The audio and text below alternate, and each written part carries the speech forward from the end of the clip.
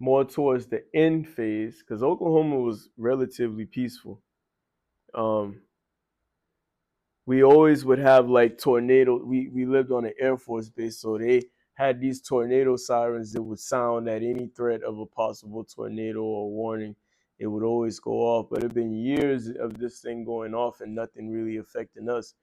But I believe the date was May 3rd, '99. And there on the base, I was a part of a little league baseball organization, and it was like a community type of thing. So you could literally, everybody could walk to the baseball field and we'd have the game. So me, my mama, my little brother at the time, my little sister, we went to the game. In the game, it was a clear day walking there, and the game ended up getting delayed because there was a tornado threat that just came out of nowhere. So we had to end the game and everybody had to walk home or drive home, however you got there, hurry up and get home. It would have had to been like a 15, 20-minute walk, maybe 10-minute walk to get there and get back.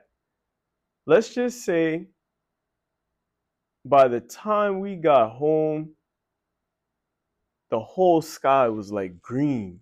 Like I'll never forget how it looked. It was like green. It was dark and it had like a green tint. So much so that it was worth noting. That's how fast things had changed. So I remember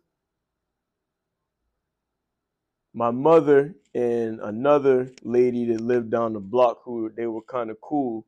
We had ended up together because she called her, hey, you heard what y'all gonna do? So there was like a local high school that we could go to for shelter. But the only risk is we got to risk driving through the storm and making it there, not knowing where exactly it is. So I remember being in the back of that vehicle with all her kids and my mom and kids packed up because we were on our way to go. I'm like, man, let's go. Like the more I don't even know how old I was.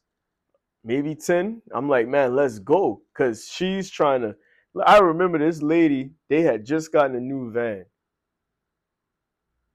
And I remember this lady saying she didn't want to risk damaging the new van.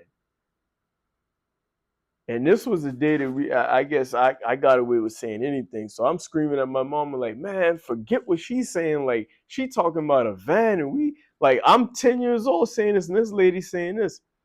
But I think my mama, we got halfway down the road because we were going. And my mama, I guess she was like, well, I gotta kind of respect what she's saying, kind of conflicted. So we ended up turning around and going back to their house, which was like a few houses down.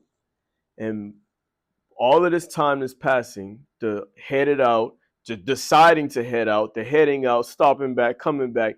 It's getting worse. So we literally got in her house. As soon as you open, there's a closet walkway. Now it was her two girls, my newborn sister, my brother, me, and my mama.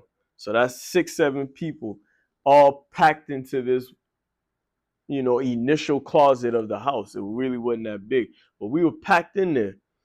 I think there was a radio that she had, so we grabbed the radio, we got in the closet. Now, at this point, we're in the closet. The ground was shaking. We could feel the ground shaking. It sounded like a freight train was outside, the ground shaking. So all the kids are screaming and hollering. And I'm literally like disrespecting the woman because I'm like, man, you stupid. Like we should like we in here about to go through this because you don't want to get. I'm saying all of that while my mama listening to the radio, the kids are screaming, and this grown lady crying, and I'm going, and and I remember like when it started really shaking, like I thought like there was no way that wasn't going to be the end. I remember my mama screaming because it was really that real, like, oh Lord, like it about to happen. And then all of a sudden, it just stopped. And the radio report was like, and it just made a sudden turn, something. I remember, excuse me, I remember the word sudden turn. I don't know the exact time frame or whatever, but it just stopped. So there was a moment of like, We still here. We stayed in there for a little while longer. We listening. Thing made a sudden turn. Blah blah blah. It's going this direction now.